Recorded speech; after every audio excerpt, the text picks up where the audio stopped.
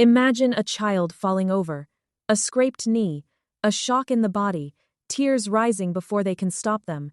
They are hurt, they are scared, and then someone says, "You're okay, stop crying, be brave, it's not that bad."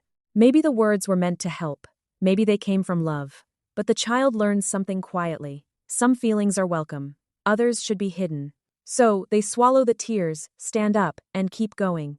Years later, that child becomes an adult. The adult who says, "I'm fine," when they are not. The adult who keeps working when they are exhausted. The adult who smiles while something inside them hurts. The adult everyone calls strong. But underneath that strength is a quiet question. Where did all those feelings go? Imagine carrying an invisible box. At first, it is small, almost weightless. Each time sadness appears, but you do not let yourself cry. It goes in the box. Each time you are hurt, but say nothing, it goes in the box. Every disappointment, every fear, every rejection, every loss, in it goes. For a while, you can still carry it. You work. You help. You meet expectations. You become reliable, capable, the person who does not make a fuss. And because the world often rewards people who keep going, no one notices the box getting heavier. Sometimes, not even you. Then one day, something shifts. You feel tired. Not ordinary tired. A deeper tired, the kind sleep does not always fix. Small things irritate you. You feel distant from people you love. Everything feels like too much. And you may wonder if something is wrong with you. But what if nothing is wrong with you? What if your body is carrying emotions that never had room to move?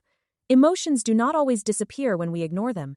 Sometimes they wait, not to punish us, not to make us weak, but to be heard. And when emotions are not heard, the body may start speaking for them. Anxiety, tight shoulders, headaches, restlessness, burnout, overthinking, difficulty sleeping. Sometimes it feels like numbness. Not sadness, not joy, just nothing. As if the volume of life has been turned down, because when we shut away painful feelings, we may also dull the gentle ones. Relief, connection, wonder, peace. Think of emotions like water in a river. When feelings are allowed to move, the river keeps flowing. Suppression is like building a dam. At first, it seems to work. The water disappears from view. Problem solved. Except the water is still there, building pressure behind the wall. Eventually, pressure looks for cracks. A sudden outburst, unexpected tears, a wave of overwhelm, a reaction that feels bigger than the moment. Sometimes it is not only today's emotion, it is today's emotion meeting years of yesterday's emotions. Most people do not suppress feelings because they are weak.